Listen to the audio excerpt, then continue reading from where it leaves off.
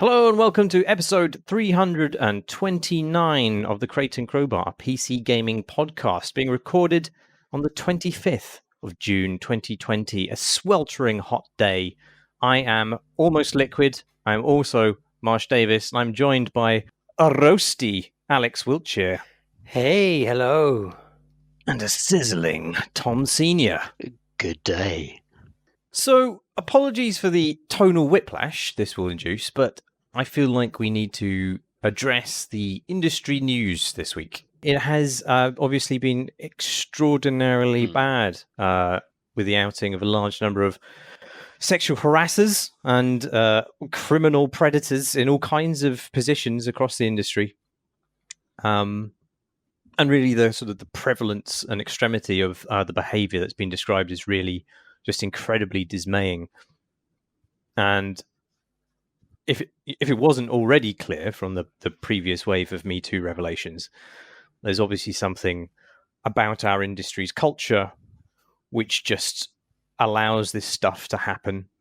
And I don't know about you guys, but certainly this round has really prompted sort of a lot of reflection on my part on how I've just failed to challenge the sort of boys' club atmosphere, which makes people feel that they're permitted to behave in these ways, or how I might have just inadvertently helped cultivate it, and obviously how I can personally go about changing the way I behave to make sure that doesn't happen again. And I don't really have any useful insights into this, and I don't really want to drag us into a discussion of this because this podcast should or can at least offer maybe a brief respite from the fucking nightmare world that surrounds us. But it seemed just too important not to acknowledge that this stuff is still fucking happening, and that we have just an urgent duty to make changes in the way we work to stop it happening in the future.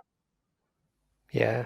This was like, so at PC Gamer we've recently been doing our top 100 discussions, and a lot of the games that come quite highly were written by Chris Avallone, who is one of the people who have been picked out in this particular controversy. And there's that decision where it's like, actually games are made by loads of people, not just him, and like you shouldn't put that great work into a bin just because of one man, but you should also acknowledge somehow that he is apparently, according to allegations, being a total shit. So yeah, this has been a quite interesting, difficult period for the games industry. Yeah. I mean, I would add, I do feel that it's been identified in the game industry at the moment, within the sphere that we, work and kind of live within. It is also prevalent everywhere else as well. I mean, I would say that, I would extend that thoughtfulness to all aspects of life, not just gaming related ones. I think that it's identifying a long running festering kind of sore that's existed in society for all this time. And I think you're right, Marsh, to that this is a time for reflection on that. Yeah. This is a hard thing to segue out of, but segue we shall, in order to talk about video games, in order to make ourselves feel a little bit better about this terrible world that we live in. What have you been playing this week, Alex? Well, so I've been playing Satisfactory. I've been meaning to play Satisfactory for quite a while now. I think there was the reveal video. Was that? I can't remember exactly when it was. I think maybe an E3, maybe 2 years ago. It's been out on the Epic Game Store for a good year, at least a year now, and it came out on Steam last week, I think, maybe the week before. And this is it's really good. It's really, really good. Oh, so it is a first-person 3D factory building game. It is Factorio, but in first person. But I mean, I bounced off Factorio I think probably about 6 or 7 times now. Like, I think I've talked on the pod in the past about the way I play games today. I think I probably would have been obsessed with it when I was much younger, but now I'm not so time rich, and uh, I just found it very difficult to kind of to get around the hump of learning it, and then to find the challenges, the kind of challenges in building a machine that works, and then kind of making it work well. I just couldn't get into that challenge. And Satisfactory has exactly the same challenge. Yeah. Like, you're making machines, you're putting them down, and you've got to wire stuff up to them and to make and feed materials in to get an own end product. But for some reason, I've about to say for some reason, I think I know some of the reason why, but it has completely grabbed me. I really love it.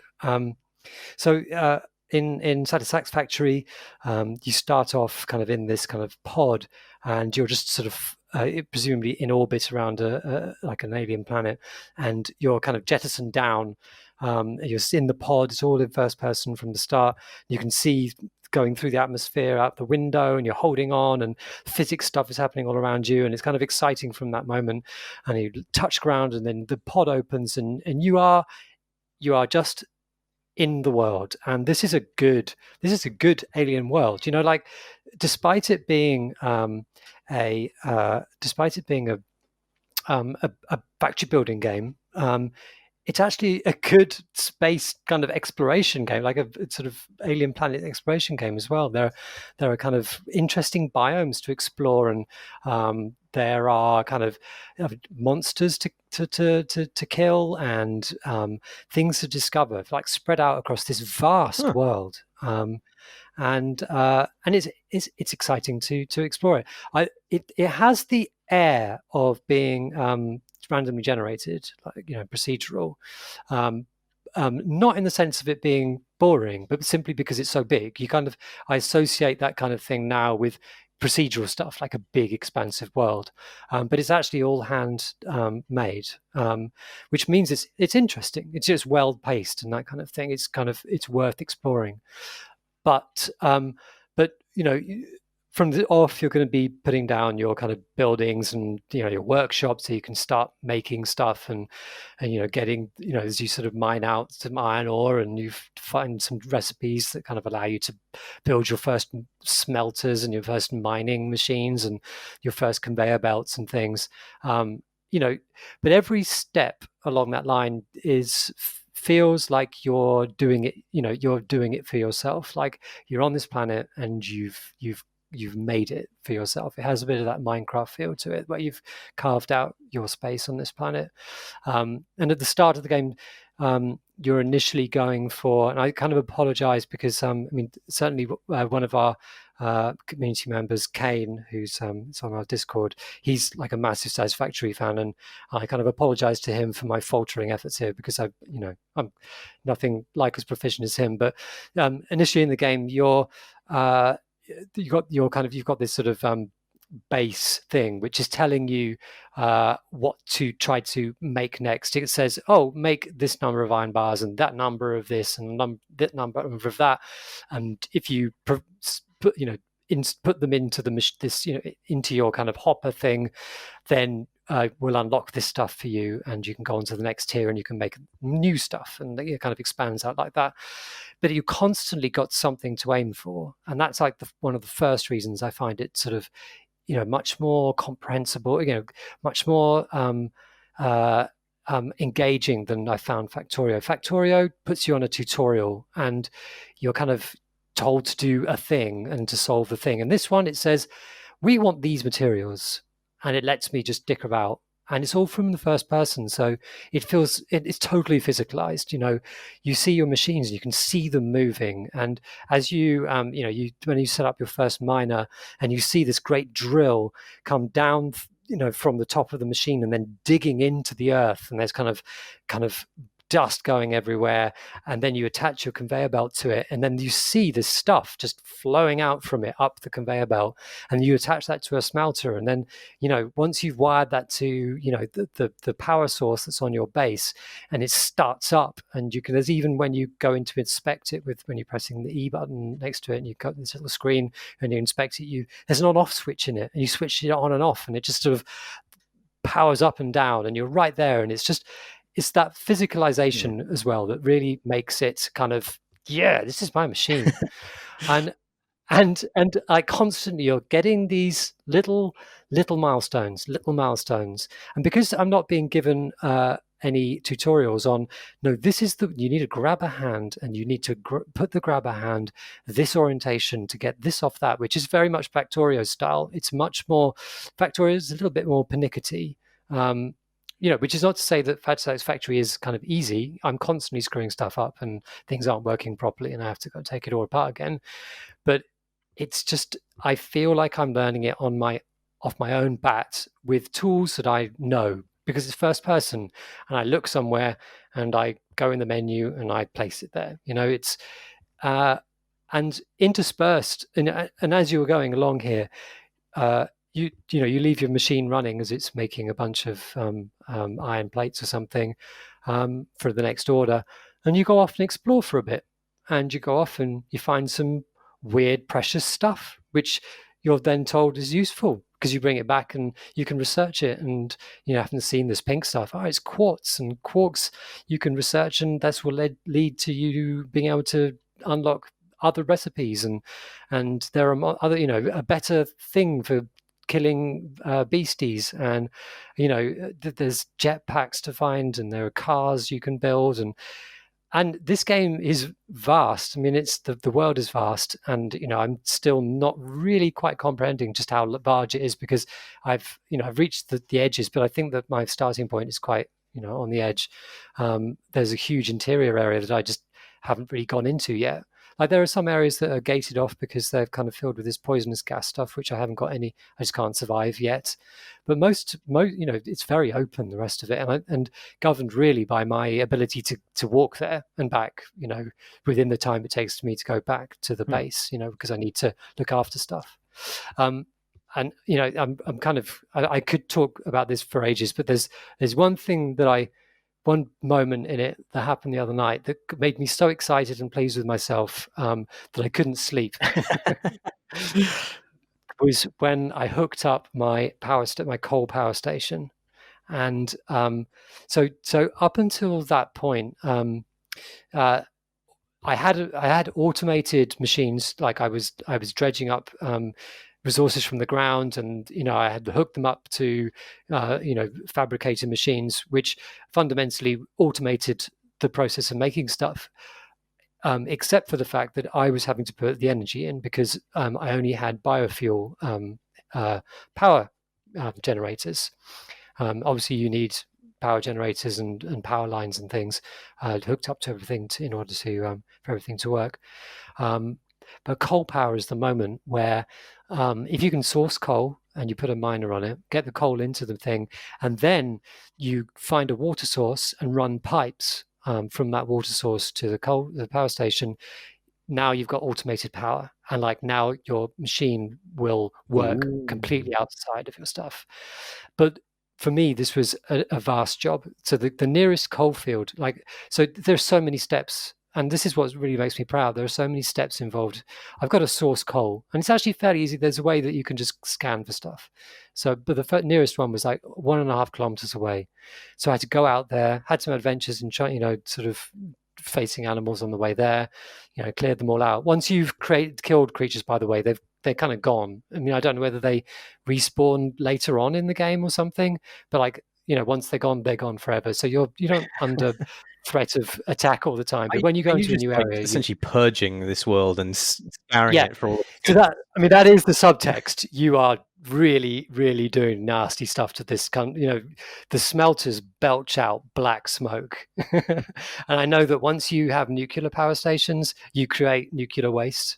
Oh, so you are, there is a subtext to this, which is, build, do what you like, but you're making the world a worse place for it. But yeah, like so it was a long way. Had adventures getting there. Then I had to build the power station, get the miner there, and I built a conveyor belt all the way from the coal source all the way back to my base, and it's just so good. You're just seeing this coal coming from the far distance. It's got a very long draw distance. You can just see this line of coal just coming towards me. It's just so good. Then I had to sort out the pipes coming from a body of water that I discovered up a hill, because you do need to build your pipes downwards unless you build pumps into it to get it upwards. So then I had that all hooked up, and the moment it switched on and I could get rid of my biofuel stuff, it was so good. Like, obviously it was interspersed with everything shorting out because I hadn't managed my power correctly, but oh my God, I was so pleased with myself.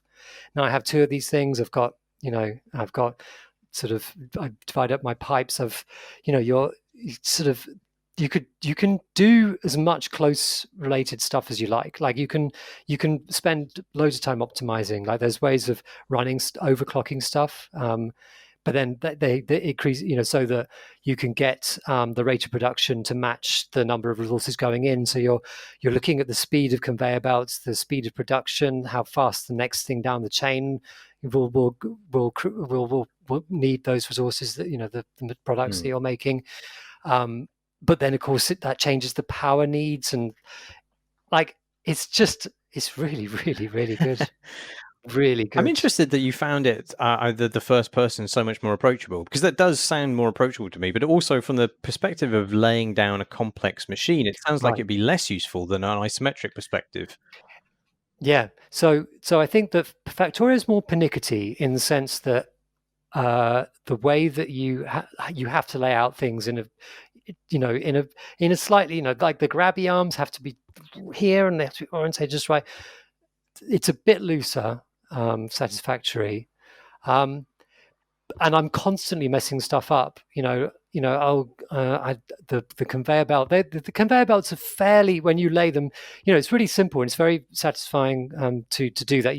To put a conveyor belt from an exit point to an entry point on two machines, you click on one and then you look around to the exit point on the other, and it just this thing just zooms between the two, and it feels great. But I'm constantly getting it wrong, and it won't connect properly. It just like it's too steep, or the corner it needs to turn is too sharp. But because it's so physicalized, and I could have just looked a bit harder, I just feel that, well, that's fair enough. So you don't feel the kind of same need to optimize the layout of things as in Factorio? I do. Oh, you do? Okay. I do. Well, I mean, again, I feel I want to, but it's self-driven. If I feel it's self-driven, I want it to be good, but the game isn't telling me it has to be. I feel that I would be embarrassed for instance, Kane to see my factory, which is all higgledy-piggledy.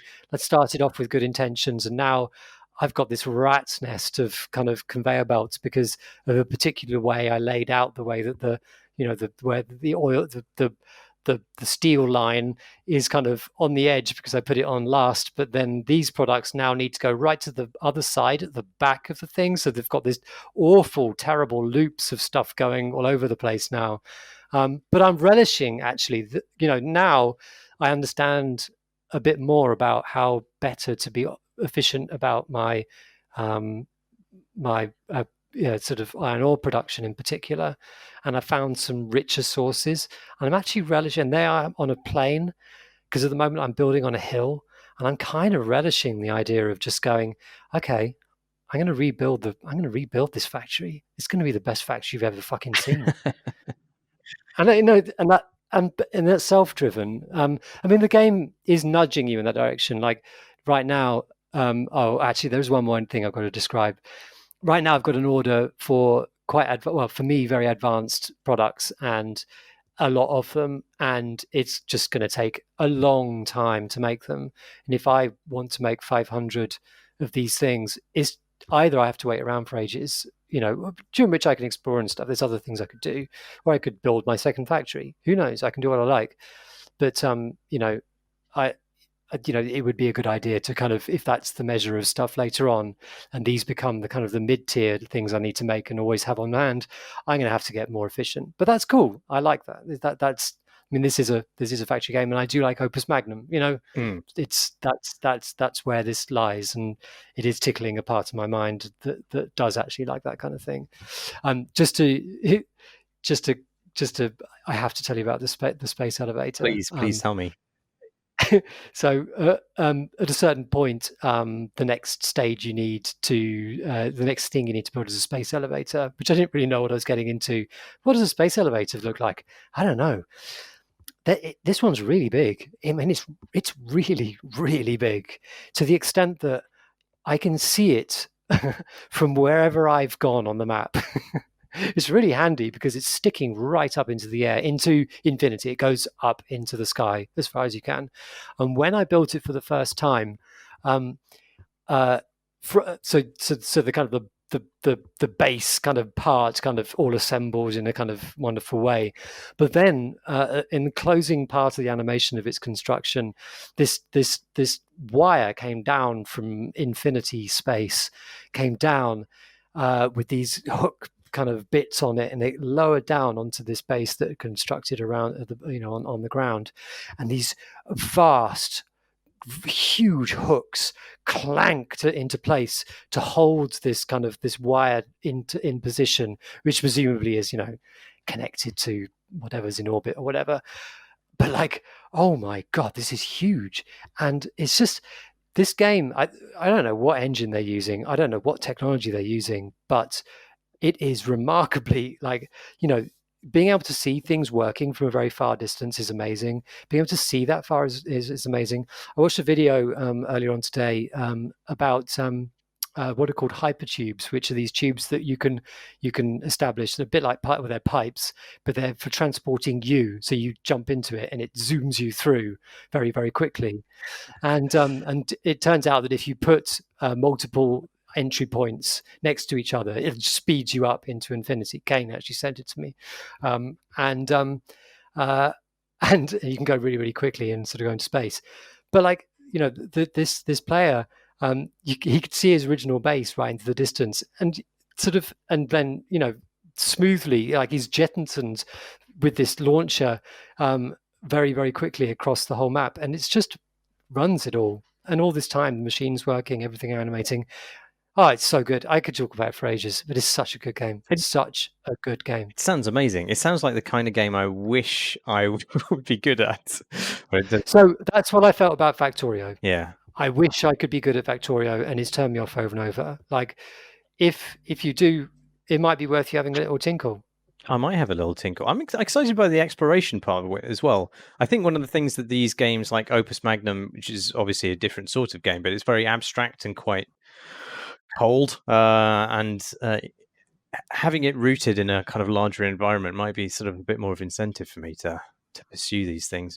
Yeah, I mean, what they've nailed is that physicality. Like, it's you in a place. It has the Minecraft feel. The fact that you can do what you like. It's much more directed than Minecraft actually. But with that, the fidelity is that much higher. And it's not procedural. So there are things out there to discover. That meaningfully affect the things that you can do, and that's a really strong pull. And the pacing's really, really good as well. Like, you find stuff just when you're proficient enough in what you already know that you don't feel overloaded by the idea of the prospect of learning a new thing. It's just when you're ready, and it's just when you kind of need that extra the sort of the limitations just to be taken off a little bit, so that to meet the next challenge. So it's incredible the pacing they've achieved with it. Are you ever actually incentivized to go out and explore, or is that always kind of player directed? I mean, in order to get coal for the power station, right, I needed to go out and but you can scan, so it's not undirected, so I can go off in a direction, but there's lots to it to encourage you just to strike off in a direction, which I constantly do. And I'll find there are loads of these, because it's in early access still. There are all these what strange artifacts, glowing sort of red crystals and odd eldritch balls and things hanging in space, which are named WIP. Do not try to research. Doesn't do anything yet. So I have a chest full of that. I mean, that sounds exactly like the kind of thing super intelligent aliens would say in order to prevent accessing the obelisks. Attempt landing on Titan, right? That's the. Oh god, that does sound good. I haven't heard you this excited about a game in ages. No, I know. Yeah, I don't. I haven't wanted just to spend so much time in a game for for ages. I literally have played it for hours at a stretch, which I have not done since Monster Hunter World, I would say. What have you played, Tom? Well, I've got a couple of games to talk about. The first one is not a PC game, so I have to apologise in advance to our listeners. But one of the biggest points of feedback we've had on the podcast forever is that, can we please talk about console games occasionally? Because people want to hear about our views. And I've been playing The Last of Us Part 2, and I have indeed finished it. You finished it? Oh wow, okay. It's all done. Is it as a joyous a thrill ride that it purports to be? It's a grim fucking thing. Do you feel relieved you finished it? I mean, that's kind of what I'm wondering. Yeah, I feel relieved. There's generally good stories there. There are good characters that you want to see how it all turns out. But it has such a pessimistic, angle on human nature and what will happen in a disaster that it's really wearying as you go through this game, and it's incredibly violent, of course, as the first game was, and the violence is disturbingly well observed, in the sense that I think I remember seeing an interview where they said they actually looked at people being killed and then sort of modelled people's death animations based on that. Yeah. And for what's basically a Walking Dead comic book story, you don't need to do that. you don't need to do that. There's a bunch of stuff that I like about it in terms of the performances, the performance capture, the writing, and the cutscenes are exceptional. They're really, really, really super, super strong. And I'm a guy who just skips over cutscenes constantly, but I found all of them riveting and full of actual genuine shocking moments. So they could have made a good film. But as a game, oh my god, it's so grim. It's so grim. And not just because of the zombies or the infected or whatever are kind of in the background. They're sort of a background noise, and that's why humans are kind of bunking down in different districts and then going to war. But they're actually full on war scenes in that game, and the message is that humans should die out, basically, because basically it's just horrible. It's all horrible. Because the first game, I remember the zombies were half the time you're fighting other people, and the other half you're fighting the zombies. That balance is tipped very much towards people then. Yeah, definitely. So I'd say the zombies are they feel like toys when you actually fight them, really. So you get a few boss fights and stuff, but it's about 1/3 of the experience, and the rest of it is just mowing down humans who it's almost like the game is almost optimistic in the sense that it presents different groups who have very good reasons for what they're doing, but ultimately they just murder each other. nothing good comes out of it. It's just it's a grim game. It's a really grim game.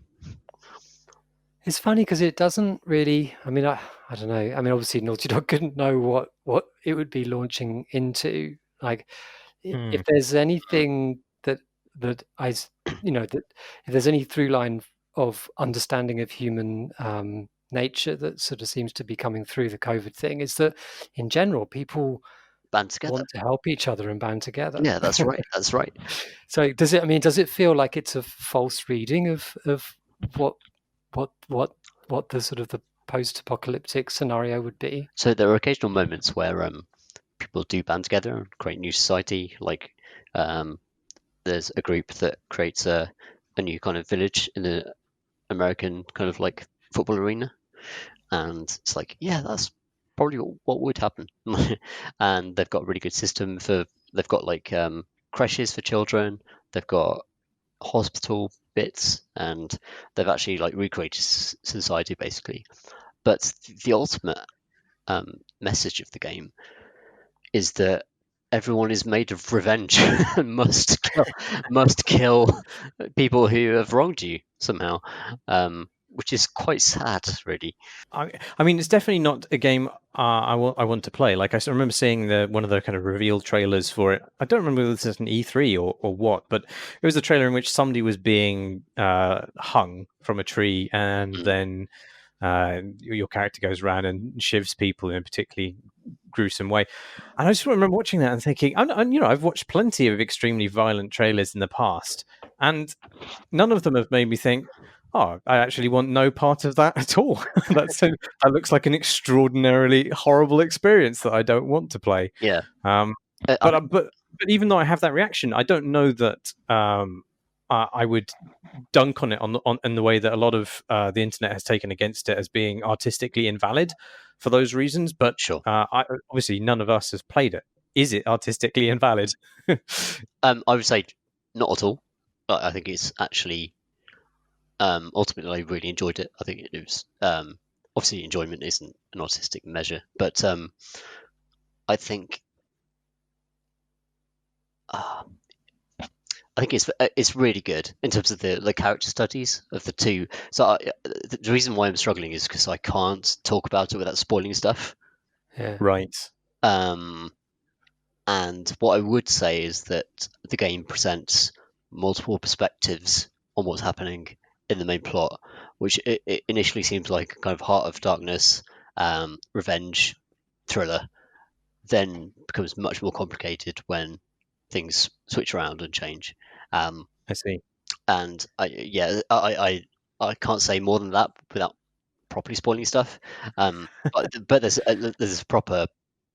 there's a real kind of like raison d'etre there that they're trying to achieve something for sure with that. Yeah. I have been tempted. I've been tempted mostly by the kind of the rope simulation and just attention to detail stuff. Yeah. Well, it came up on in the Discord channel recently, where some of our listeners put up a clip from a previous Crate and Crowbar in which Tom Francis, the Far Tom, waxed lyrical about Naughty Dog's rendering of tarps, and it seems like he's had a similar revelatory experience with this game's rendering of ropes. It sounds really good. Yeah, but maybe Naughty Dog should make a game about like battening down the hatches on a boat or something like that, rather than murdering people's dogs. Yeah, I mean, don't get me wrong. Like in terms of like how maybe it sort of falters in the kind of the moral ideas it's trying to present. Technically, it's fucking amazing. So you've got your backpack and you've got loads of different weapons and stuff that can slot into your backpack. It never ever clips. Like it's all perfectly like physically modeled and it all works forever. And you never see any of that kind of clipping. The rope physics, as you say, is like that's an extension of that. The rope physics are insane. Like the best in any game. I've never seen anything like it. Like generally, it's such a small thing to talk about, but really, like the way that your character gathers up the rope and sort of loops. Just that little incidental thing. I just thought, oh yes, and then throws it over, and it never clips in. Everything just works. Everything just works in this game, and And like, even in terms of just like shooting things, there's a sort of desperation to the action, which is very deliberate, and I think is very, very good. And there are literally just scenes that are lifted from Children of Men, in terms of like car chase bits. There are certain kind of gauntlet bits that are just super, super good, even though they're like roller coaster bits that you can't really like divert from. You don't really get to make any choices, but they're fucking amazing. It's really good. Like, it's really good. I also think the AI is really strong in that game in terms of the enemies. So there are enemies that are actually called runners, who are basically infected, who, if they sort of see you, they will dash towards you. But they're also clickers who are blind, but also they're sort of trying to echolocate you, so you can hide behind things to prevent that. But there's also there's a brilliant enemy type called the stalkers, and what they do, like, they flank you basically. They hide behind cover and they sort of gradually surround you.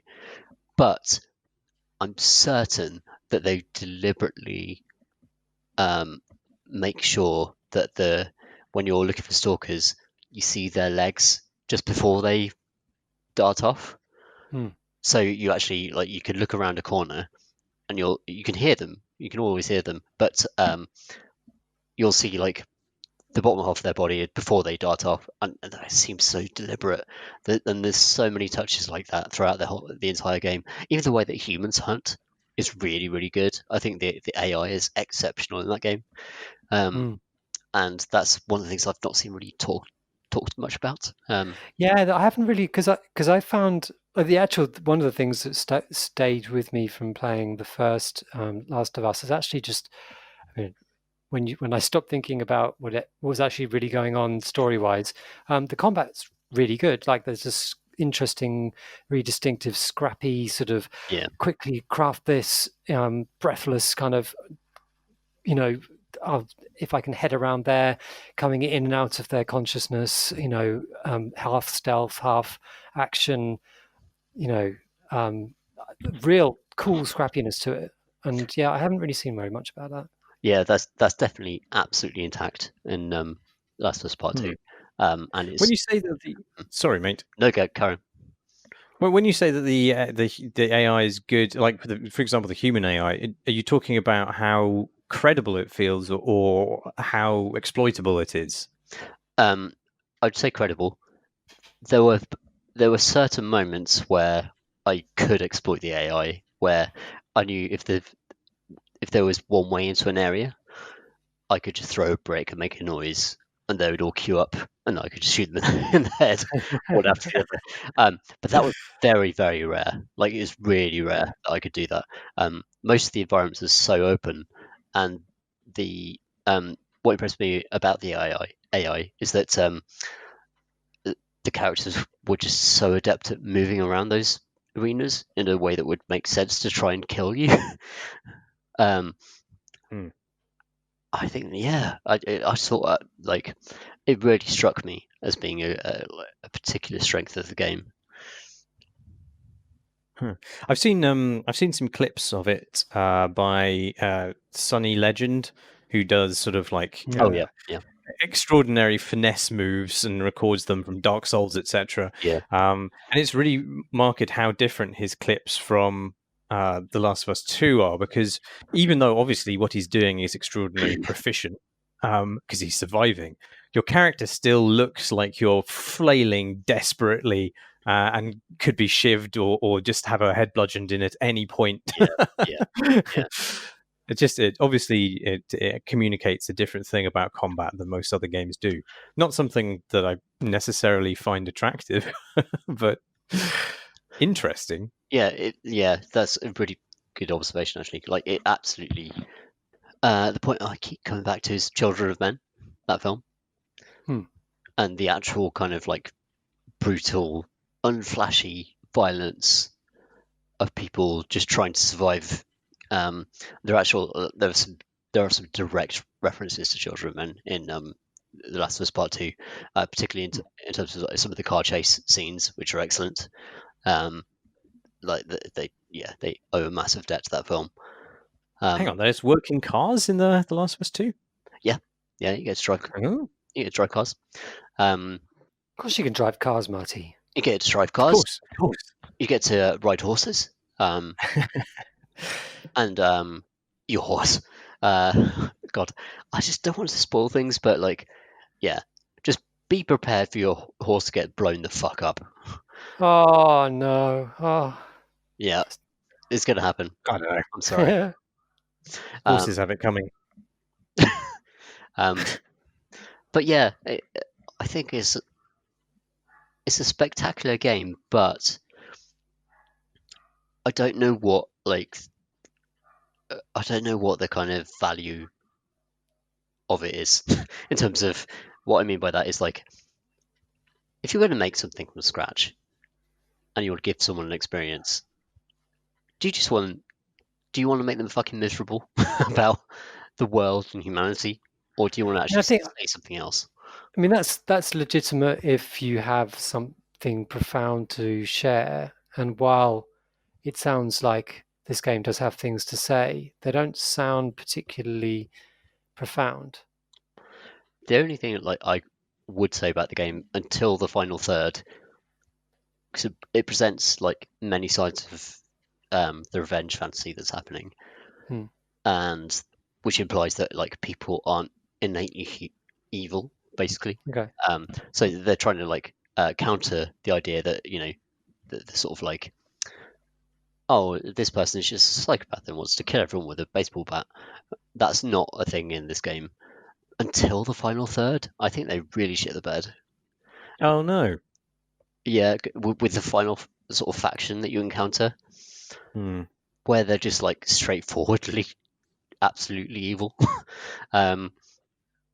Whereas I think like before that, they were actually setting up quite a good, interesting, ethical debate. Like, of course these people hate each other and want to kill each other, but they each have their own good reasons for it. That's a good drama. But when you go into the final third, yeah, you encounter the I won't say because again, spoilers. It's hard to talk about. Yeah, it sounds it. I guess the problem with the game is whether it's telling you something you already know. I mean, I feel like if it's getting to the point where its grimness is preachy and it's telling you, look, well, actually, violence seeds further violence, and actually, you should be feeling guilty about playing a video game in which violence is seen as a form of entertainment. I mean, I don't need to be told that lesson. For what it's worth, like, I don't think it does that. I've seen lots of hot takes online about that. Good. But I don't think I 100% don't think it does that. Like, it's like, yeah, it's just about good character motivations. Like, of course, Amy wants to fucking kill this person. She has a really good reason to do so. And you understand that. Like, and it's not, the game never says she's wrong for doing that. Like, she's a monster, sure, but like it never wags its finger at you. And I think that's like uncharitable to take that against it.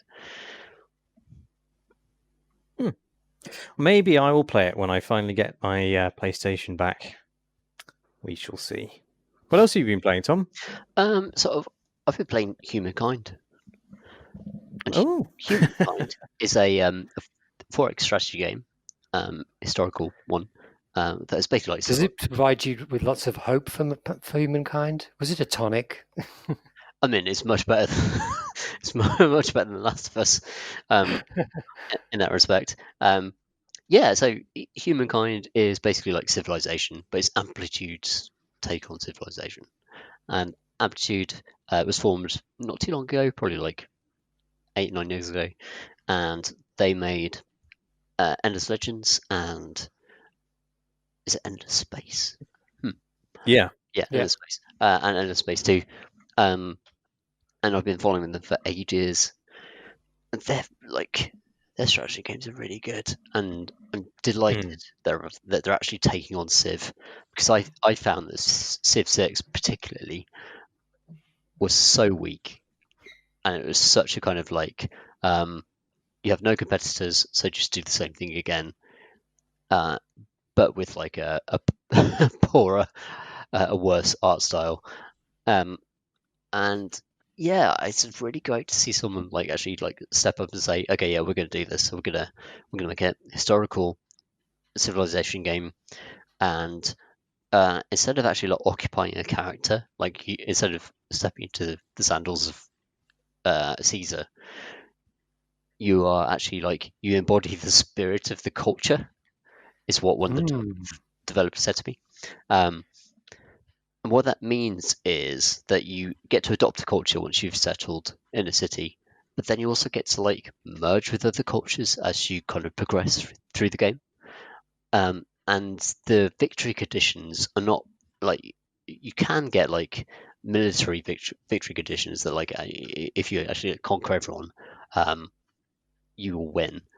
But if, for example, in the first two phases of the game, you just discovered loads of stuff, you just researched loads of stuff, and actually like, made loads of kind of revelatory, philosophical discoveries. But then you got like invaded to fuck in the second half of the game. You could still win because the win condition in this game is about legacy.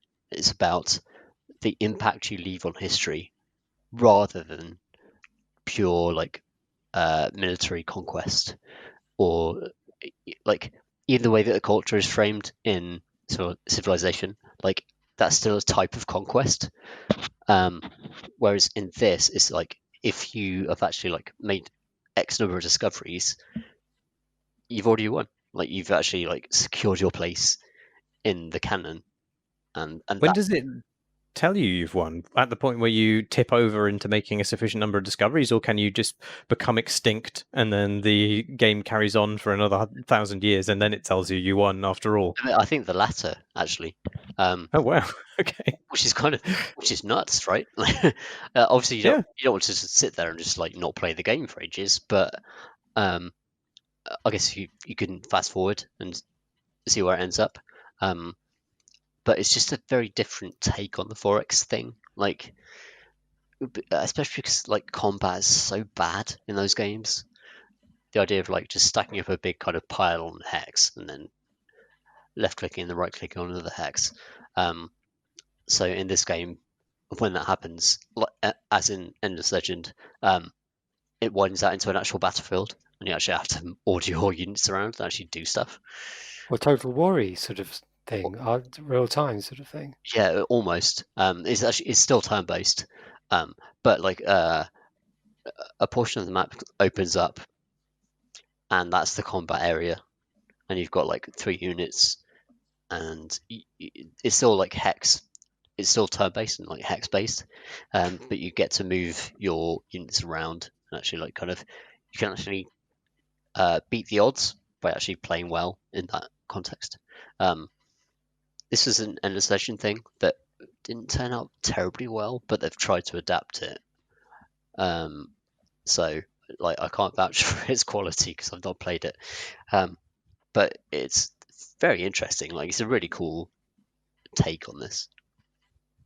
That sounds amazing. I'm just thinking about what you were saying about the win conditions and how are you, how would you apply that to our own benighted timeline? Right. Like we get to the 22nd century and then the game ends and it's like, no, actually the Sumerians won. Everything after that was shit. Cars, pointless. Pottery is where it's at. Oh god, I got into the They Sumerians. invented bread. Or whatever. I don't know if the Sumerians invented bread, but Yeah, but so for example, like the Sumerian tablets, that would be like a proper win condition in this game. Like to produce those and actually, have those still be a concern in a modern era. That's the idea of a win condition in this game. Is that it's legacy, like it's about the legacy of your culture, even if you get deleted, which is a fucking cool idea. Huh. Yeah, that does sound really good.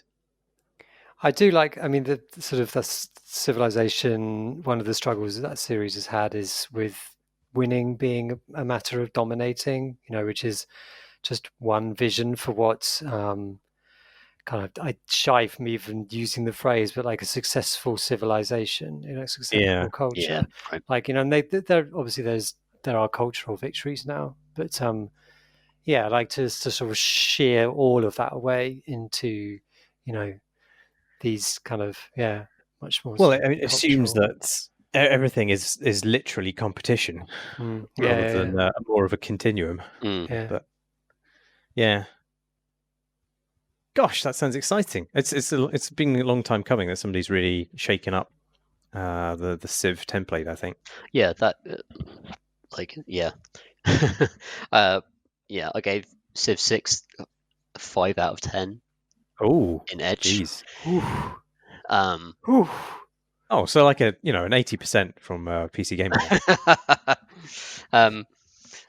But the reason I did that was because it was so fucking safe and boring, and also just had you could play any of the earlier games and get a better game than that game, and it's had some it's had some expansions and stuff that has improved it, and that's always the case with these games. But I just felt like it needs that competition. It really needs someone to stand up and say, this is a boring take on history. This is a boring take on 4X. And it's finally happening, I think. I don't know why I took a dig at PC Gamer there. I don't feel that way about PC Gamer scores. I'd like to take that back. I'm sorry, Tom. There's no need to apologise. Don't take. Just hang him out to dry, Tom. The more spice, the better. I love it. It's great. Look out for our PC Gamer Top 100 this year. It's going to It's going to be some chat. It's going to be good. Yeah, has that happened then? Has it already been debated? It's all fixed. Literally, as of yesterday, it's all fixed. It's fixed in place. Do you want to know? Oh, fixed in the sense that it's... Oh, right. I see. You've decided. It's all a great big fix. Oh, yeah. No. Like, it's locked in place. It's locked in place. Do you want to know what number one is? Yeah. You can't reveal that, surely. I can't. No, I can't say that. Oh. When's it going to be revealed? What a tease. Month or two. Okay. I always enjoy the top 100. I know that it gets people fucking furious, which is one of the reasons I enjoy it. But me too. It's just nice to occasionally, have a retrospective and think about how you do value these things over time and how your value judgments about games has changed over time. I think it's a useful exercise, even if you don't agree with the number ordering or whatever. It's useful to think about old things again and reassess them. Yeah, absolutely. I just like the ridiculously of the project as well. Like it's for anyone to get angry about it is to suggest that it isn't a ridiculous thing to do. Exactly. But anyone actually doing it, like full well how ridiculous it is, and you can have a laugh with it. Yeah, that's absolutely right, Alex. And also, every year we get to annoy John Walker a little bit more. And this time will be even more intense, and we greatly look forward to that. So, oh gosh.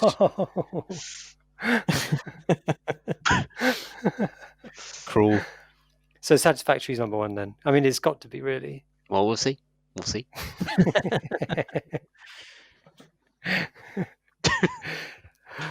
Marsh, what have you been playing? I've been playing more Desperados, which we talked a little bit about last week. So I won't talk for terribly long. But did you ride any fences? Did I ride any fences? I didn't get it. It's the song Desperado.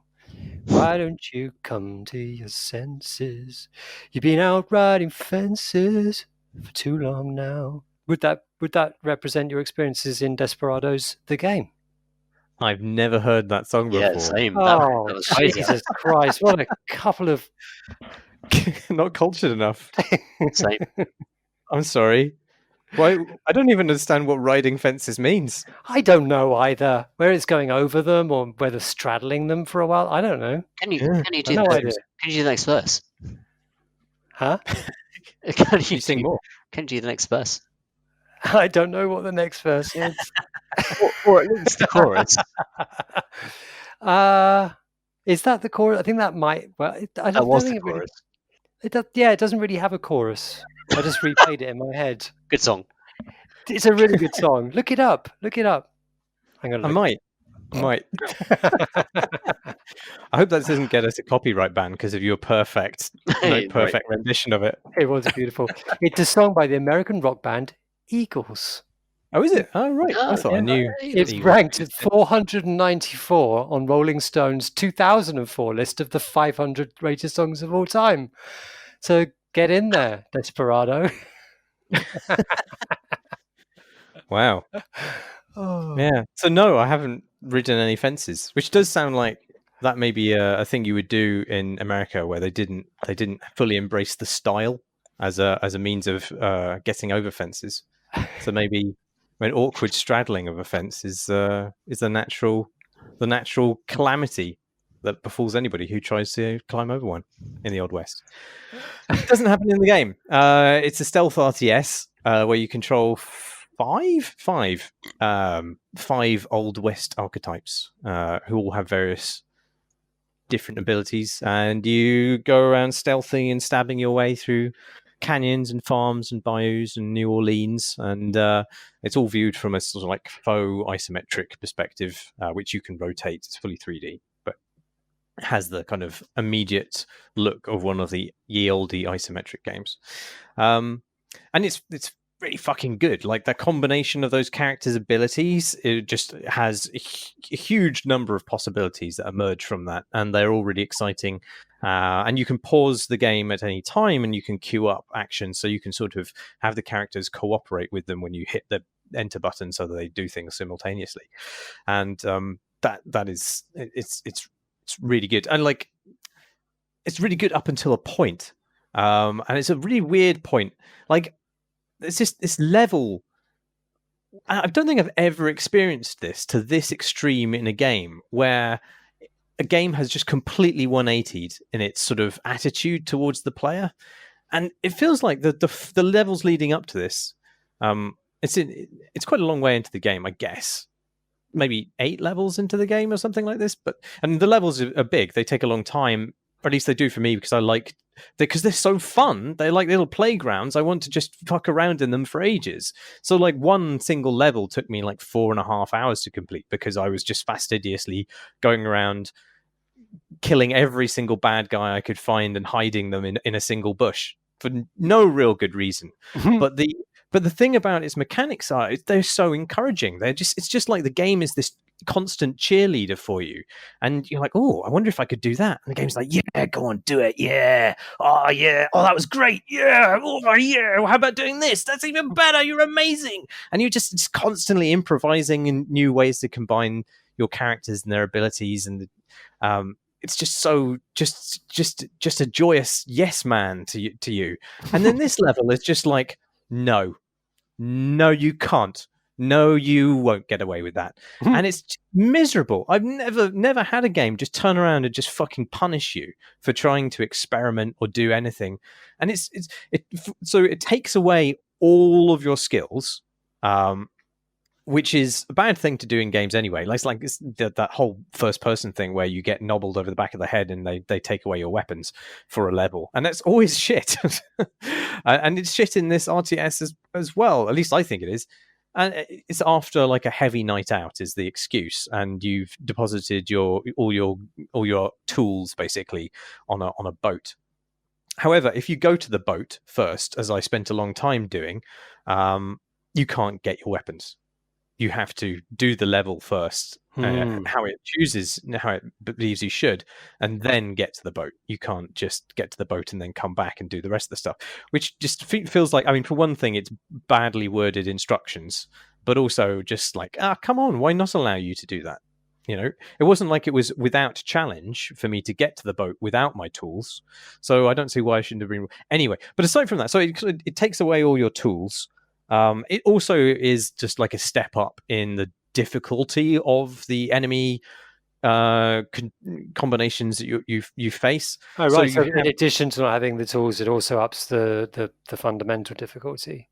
Yeah, exactly. Like the there's a bunch of different bad guys that you face. Your average bad guy is easy to kind of dupe and lure and stuff, and then you have characters with ponchos on who can't be lured away from the position that they're standing in for any reason, and then you have other bad guys in these long dusters who can't be taken down in a single hit, and are generally just much more of a handful to deal with. And the way it positions them, it's such that you might have like a roaming longcoat who's just going round and round and round and round, and then 4 ponchos all looking at each other, and that's just a hard nut to crack. And it's so, I mean, not impossible, but like it's just a big step up in the difficulty from what you've been facing, and the problems that it poses to you typically in this level have fewer solutions as a result, partly because you don't have as many weapons, but partly just because the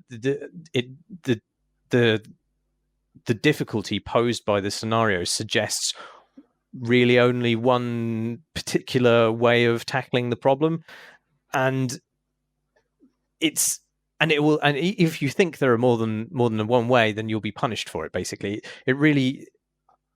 the game really encourages you to quick save and quick load, but I think I quick loaded more on this level than I did all of the other levels I've played combined. It's just it doesn't give you really any leeway for failure. And on top of taking away your weapons, increasing the just difficulty of the scenarios you face, it also introduces a major new handicap for you, which is that it's recently rained, the ground is muddy, and so now you can be spotted by your footprints and tracked. And your footprints disappear after time, but like it's just, and some people, I mean, you can also use this to your advantage, in that you can use your footprints to lure people.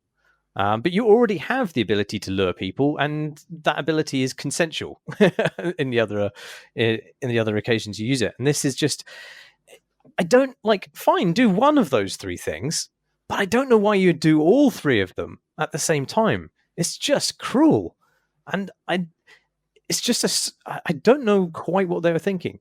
But then Matt Castle played it, and he said he really enjoyed that level. So maybe I'm just wrong. Maybe I just didn't spot the thing that you're meant to do that makes it trivial. But Christ, I thought it was absolutely wretched, and it was almost wretched to the point where I would have just stopped playing and never gone back to it. Which, I mean, happens in plenty of games, but usually those are bad games, or you can see that point coming from a way away. Whereas this, I was really enjoying it more than most other games this year, until the point at which I started really, really hating it. And it goes back to being incredibly enjoyable after that, which is strange. You get another character. She's got a cat, and she can use mind control, as all cowboys can. And it becomes incredibly fun and joyous and experimental again. But I don't know what happened on that level, what their brief was, how it got through playtesting, or what playtesters thought of it. There are many games that do the kind of withhold your tools, level, which they generally are quite frustrating and annoying. And I think, that seems to be what their function appears to be. Hey, you've learned all those skills. Now the real test comes. But like, yeah, it is usually frustrating. Well, I mean, it's. I suppose it depends whether the game's joy comes from experimentation or not. Having that huge tool set is one of the things that I love about it. Not because the challenges become trivial, but because I enjoy playing with the machinery that they've given me. And as soon as they take that away, I mean, I don't really care about being challenged. I care about having lots of fun things to toy around with.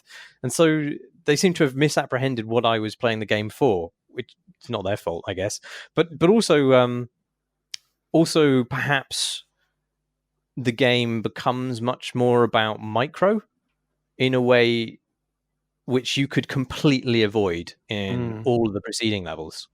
Like, I'm bad at micro. I don't like real-time strategy games in terms of like your StarCrafts, etc., because I cannot just command that many units. I can't switch, select, and do things like this. This game allows you to break stuff down a lot, not only because it allows you to pause time, but just because it's not so. the character skills aren't so divergent that you can't mostly muddle your way through with a single character in a lot of scenarios, even if another character might be more efficient to crack a particular problem. So I haven't really been. The game hasn't really demanded kind of lots of micro switching. But then suddenly, when you have characters who can be traced by their footprints, you really need to be not just moving your character out of the way. You need to be kind of duking around things and really kind of being precise about where you click. And I just find that way more challenging than anything else in the game. Yeah, it's meant to be a game about planning, and as soon as execution becomes more important than planning, that goes over the balance that I'm looking for in those games as well. Yeah. There's also something weird about the fantasy of the stealth in it, which sort of breaks down. Because in previous levels, you can imagine that you are scooting through the shadows and emerging from bushes and grabbing people and sticking their throats and then pulling them into the darkness. But in this level, you're often just in the middle of a street, surrounded by enemies, and you're just kind of like zipping through this narrow line in between all of their sight cones.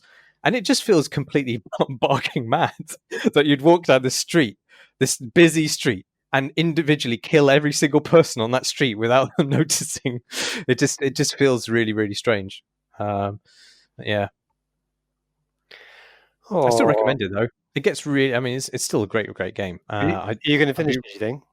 Oh yeah. I'm still playing way ahead, but I just I'd be really interested to hear what the consensus on that level is, because it was so strikingly different to me. But maybe other people played it differently. Yeah. I mean, they should really be playing Satisfactory instead, though, really. I guess so. When do you think you're going to be brave enough to show Kane you're working? Never.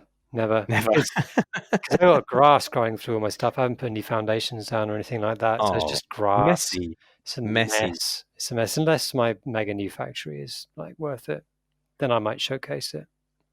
Yeah. But I'll be very embarrassed. As one would, one always is with something that one holds dear. Yeah. Cherish your mucky factory, Alex. Shall we do some questions? Hell yeah. Good. What questions shall we do?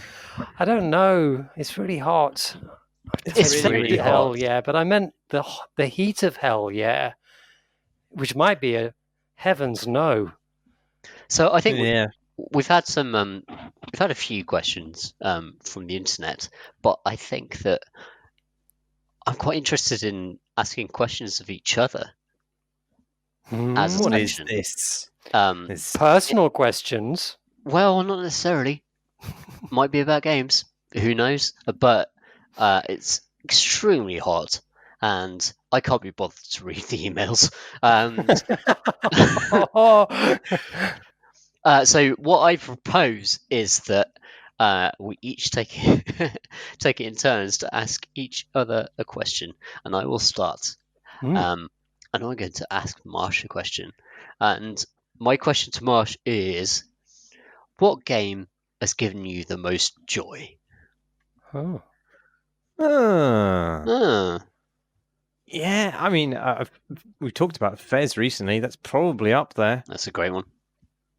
Yeah, I mean, just pure serotonin hit is Peggle. It's pretty good. Things like Peggle is just fucking pachinko, isn't it? Like, you can download a sort of gambling version of that on your phone. Like, it's actually. Have you played Peggle recently, Tom?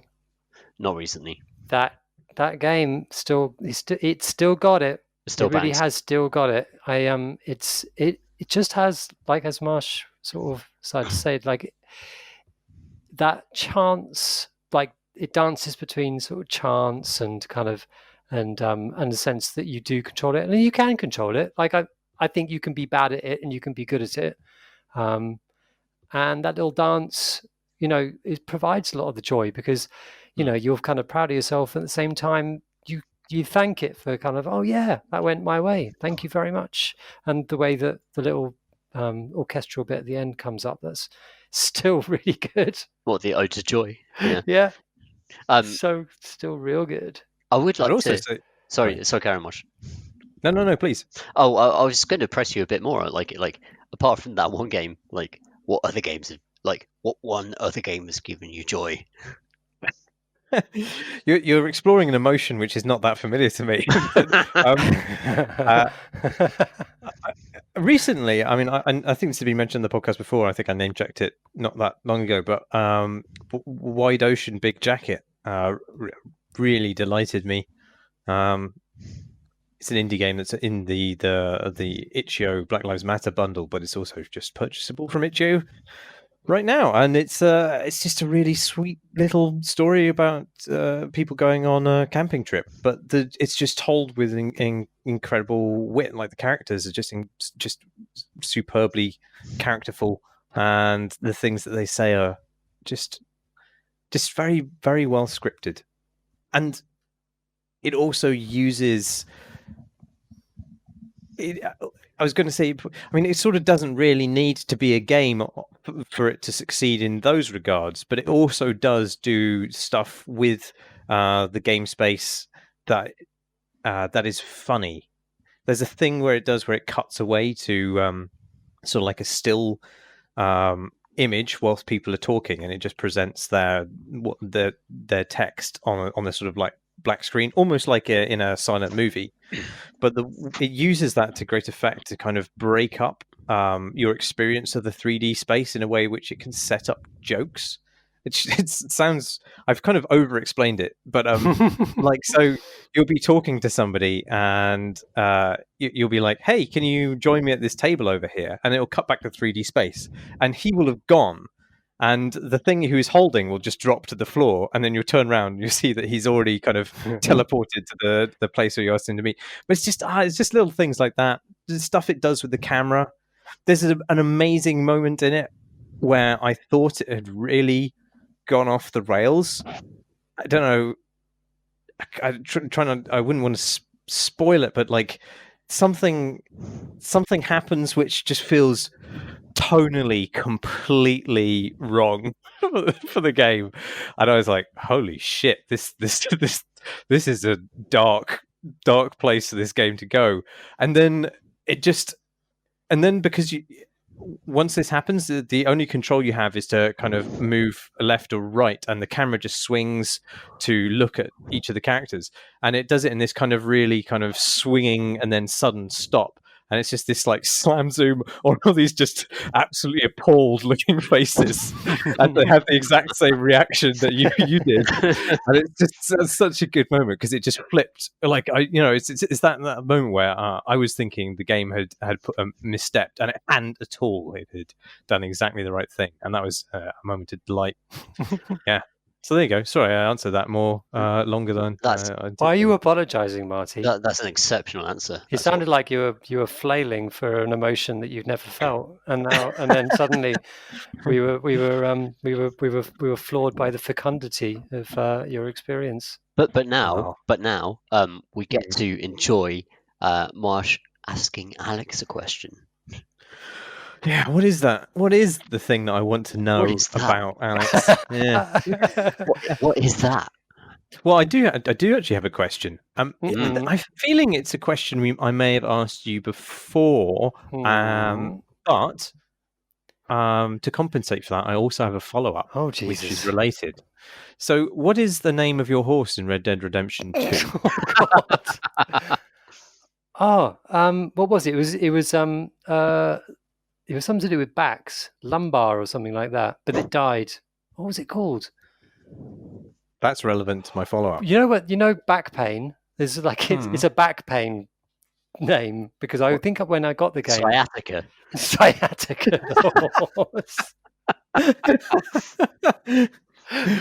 but it died. I was running away from some robbers, and I got into a fight that I never want to get into, and I died, and I woke up to discover that I had no horse, and thus without having even been able to mourn my back pain related horse, sciatica. It wasn't called sciatica. Lumbago. Is that to do with backs? It isn't, is it? What is Lumbago. lumbago? What is lumbago? Lumbago number 5. Lumbago. I wonder where my brain was. Why am I thinking? Oh yeah, it's a backache of the lumbar region. Yeah, I was right. Why do I mistrust myself? You didn't doubt yourself. Yeah, doubt myself. You know all the kinds of things about back pain. I didn't even get to mourn lumbago because I just woke up and lumbago was no longer there. You see, my follow-up was going to be lumbago dies. What do you call your replacement horse? There's no replacement. There's no replacement. No, but there this is the thing. But I'm thinking it would be sciatica now. You see, I mean, you could just keep on naming new horses the same thing in order to create a kind of psychic continuum of horse. Could do. But, that doesn't feel right to me at all because that game does a good line in there are the different models of horse, and then there are the different effects you can have on your horse, such as the color of its plush exterior. What are you talking about? It's I love the idea. God damn it. I love the idea that animals are basically just plushies full of meat rather than stuffing. I was thinking I think what I was going for there was the fact that it's basically GTA in it, so that the cars are the horses are your cars. So like anyway, there's such a range of them that I don't think I'd ever be able to recreate lumbago. And that horse's special things, but I got a real fast horse now. It's one of them real hard fast ones. I can't remember what the make is now, but so it's actually better than lumbago on paper. Lumbago. Anyway, it's your turn to ask me a question, Alex. Okay, Tom, I've thought of a question. My question is this: what Warhammer figure would you most like to embody in a video game? And what is the game in which you play that with that miniature? So, explain to me what embody means. So you are the figure. You are the figure. Perhaps it's a third-person game. Perhaps it's first-person. I am that character. Or perhaps you're not embodied, but you're enacting that character's point of view and general thing, what it does. Nah, your version is boring. I'd rather be the actual dude. Oh gosh, that's a strange question. I would say I would like to be in the Warhammer 40,000 universe. An Aldar knight. An Aldar. What is an Eldar? Eldar. An Eldar. Oh, Eldar. Eldar. Right. They're basically elves. Right. Have they changed their name or something? A bit, but this is fantasy, Marsh. They've been reinvented. Oh, a bit. Yeah, they're all sort of like necromantic cult now. But I'd be a good Eldar knight. I'd be sort of like egg of consciousness in the middle of this giant mech that is trying to exact revenge upon the people that have wronged the Eldar, and I would be very happy with that. To me, that's a good afterlife. That's what I would say. Revenge. Hey, I was just thinking while you were saying Flesh Eater Courts game would be good. So basically, do you know? Have you heard of the Flesh Eater Courts, Marshall? Oh, is it a vampire thing? They're basically they're ghouls. I think would be the more accurate thing. Yeah, they are a bunch of really gross-looking dead things who believe that they are knights, wonderfully knightish kind of chivalrous knights. Who an order of them who go out to do wonderfully chivalrous things, but what they're really doing, and they kind of like feast and that sort of thing back at the castle. But what they don't realize that they are actually these undead ghouls who drag stuff and living things and eat them, and generally don't do particularly chivalrous things. And I think a game where which somehow expresses this kind of great lie, trying to eat flesh, collect and eat things while also feeling like you're doing a good job of it. I think that would be a good game. That does sound beautiful. What would it be? Match 3 puzzler, or yeah, it'd be a match 3 puzzler.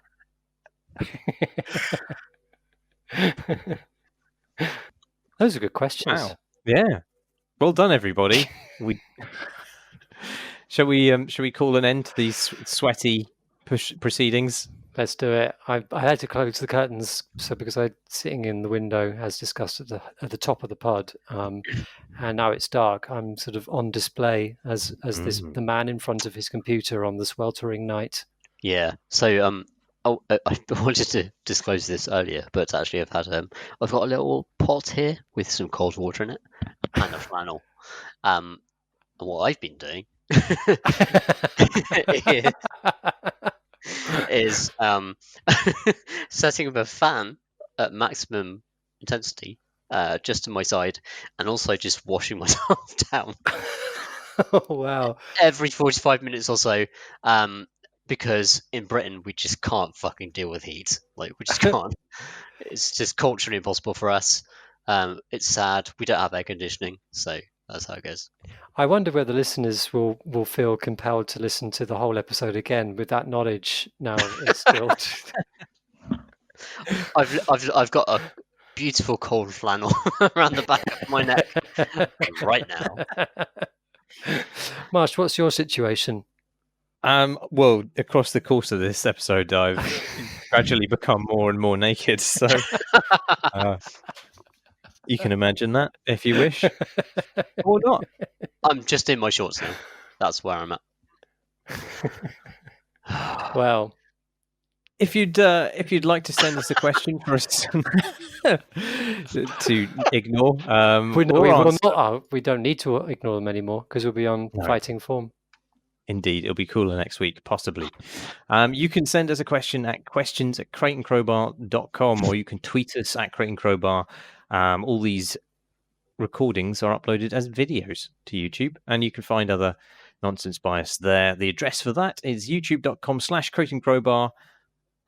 Thanks as always to our Patreon backers, who are very nice. You can back us too if you wish at patreon.com/crateandcrowbar, or you can join our wonderful Discord community. It's very, very, very nice. The link for which is on our website, which is crateandcrowbar.com. I've been Marsh Davis. I've been Alex Wiltshire. And I've been Tom Senior. I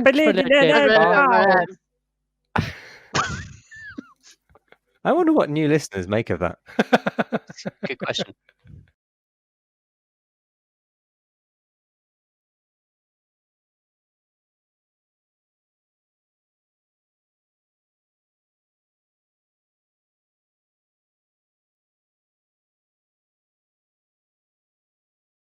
Yeah, yeah, energy. Yeah.